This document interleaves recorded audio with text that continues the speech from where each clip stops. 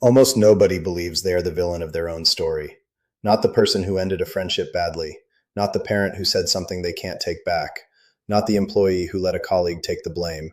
Somewhere, quietly, each of them has a version of events where they were reasonable, where they were provoked, where anyone else would have done the same thing. This isn't rare. It isn't a flaw found in a few people and absent in the rest. Study the historical record of people who did terrible things, genuinely terrible things, documented, undeniable, and you find something strange. Almost none of them record themselves as the villain. They record themselves as protectors, as people who had no choice, as the ones who were, in some sense, wronged first. So here is the uncomfortable part.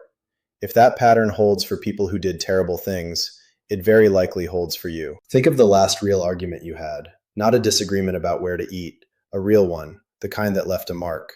Bring it back for a moment. Now notice something about the way you remember it. Whose version of events feels more complete to you? Whose reasoning feels more justified? If you're honest, the answer is almost certainly your own. Not because you're arrogant, because that is what a mind does by default. This isn't a personality trait, it's a mechanism, and it has a name. Psychologists call it self-serving bias, the tendency to credit ourselves for our successes and blame circumstances for our failures. A student who passes an exam says they studied well. A student who fails says the test was unfair, or the room was too loud, or they were tired that week. Ask a driver about a near collision and the other driver was careless. Ask them about a compliment on their driving and they'll tell you it's simply a skill they have.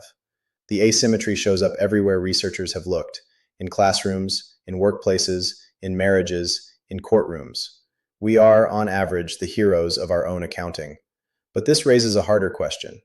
Self-serving bias can explain how we interpret ambiguous events. What happens when the evidence isn't ambiguous at all? What happens when a person does something that directly contradicts who they believe themselves to be, and there's no story clever enough to explain it away? In the late 1950s, the psychologist Leon Festinger ran an experiment that would later become one of the most cited studies in the field. Participants were asked to perform an extremely boring, repetitive task, turning pegs on a board for an hour. Afterward, they were asked to tell the next participant, waiting in the hallway, that the task had actually been interesting. Some were paid $20 to tell this lie. Others were paid just $1. You'd expect the people paid more to feel better about the task. The data said the opposite. The participants paid only $1 rated the boring task as significantly more enjoyable than the ones paid $20. Festinger's explanation reshaped how psychology understood belief itself. The dollar wasn't enough justification for lying. So instead of accepting, "I lied for almost nothing," the mind quietly rewrote the memory. It became, "I didn't really lie. I actually did enjoy it, a little." This is cognitive dissonance, the discomfort of holding two conflicting ideas about yourself, and the mind's refusal to sit with that discomfort for long. Given a small enough excuse, belief itself will bend before self-image does. Which raises the next question. If the mind will quietly rewrite a memory to protect its self-image, what else might it be willing to permit, not in memory, but in behavior, as long as the identity stays intact? Consider what researchers now call moral licensing. In a series of studies, people who were given the opportunity to perform a small, visible good act, donating to a cause, choosing an environmentally friendly product, became more likely afterward to act selfishly, or even dishonestly, in an unrelated task. Buying the ethical option seemed to grant a kind of permission, as though a single credit of good person had been earned and could now be spent. Notice that this isn't hypocrisy in the way we usually think of it, a villain pretending to be virtuous. It's closer to bookkeeping. The identity of good person is treated like a ledger, and one deposit appears to justify one withdrawal. The person doesn't feel like they're doing something wrong. That's what makes it worth pausing on. The moral self-image stays completely intact, even while the behavior shifts underneath it. So the mind protects itself in memory. It protects itself in behavior. But there's a third place worth examining, the place where we judge everyone else. Here's something to notice about yourself, quietly, without needing to say it out loud. When a stranger cuts you off in traffic, what's your first explanation? Most people reach for something about the person. They're reckless, they're rude, they don't care about anyone else. Now recall the last time you cut someone off. What was your explanation for that? Most people reach for something about the situation. They were late, they didn't see the car, it was an accident. This is the fundamental attribution error, and its companion, the actor-observer bias. When we explain other people's behavior, we tend to point to their character. When we explain our own, we tend to point to our circumstances. It isn't that we apply a moral standard to others and skip it for ourselves, it's that we don't experience it as skipping anything. Our own situation is simply visible to us in a way that other people's situations aren't.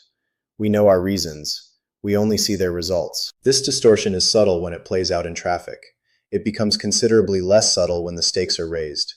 In the early 1960s, Stanley Milgram brought ordinary volunteers into a lab and asked them to administer what they believed were increasingly severe electric shocks to another person, simply because a man in a lab coat instructed them to continue. A majority complied all the way to the maximum voltage. In the decades since, the study has been revisited carefully, but some later analyses have questioned exactly how coerced participants felt and how cleanly the results replicate. But even accounting for that nuance, one detail remains difficult to sit with. Almost none of the participants understood themselves as cruel while it was happening. Many described feeling that they were doing what was required of them.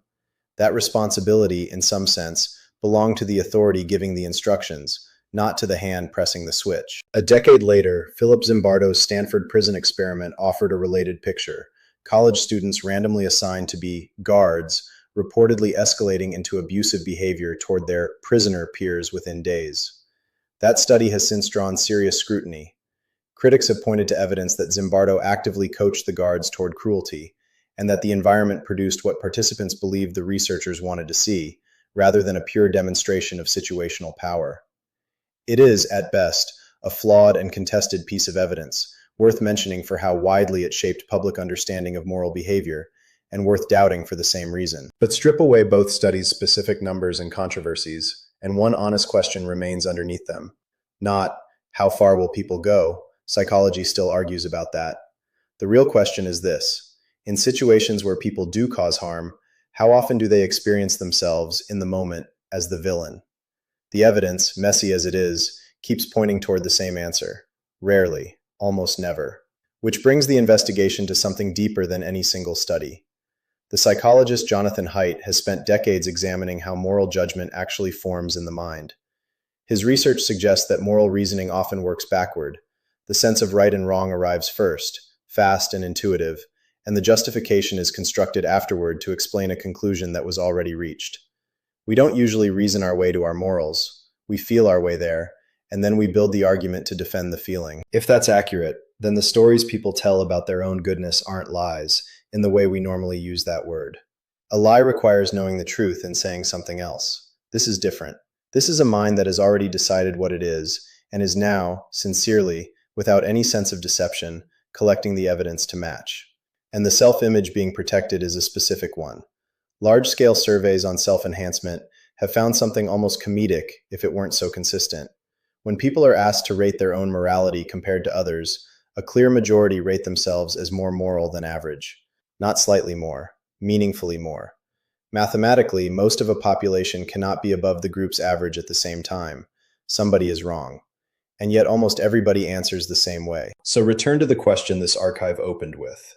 If two people can live through the exact same argument, the exact same betrayal, the exact same failure, and both walk away sincerely convinced that they were the reasonable one, what does that tell us about how identity actually works? It suggests identity isn't a mirror. It doesn't simply reflect what a person has done. It's closer to an editor, constantly working, constantly smoothing the record, not out of malice, but because a mind that saw itself with total clarity all the time might not be able to function at all. The evidence gathered here doesn't say people are secretly bad, wearing the costume of goodness. It doesn't say people are fundamentally good, occasionally misunderstood. It says something quieter and harder to dismiss, that the mind appears built to protect its own identity first, and to interpret the evidence second. Whether that makes you more forgiving of the people around you, or more suspicious of your own memory the next time you're certain you were right, that isn't for this archive to decide. The evidence has been presented. The verdict is yours.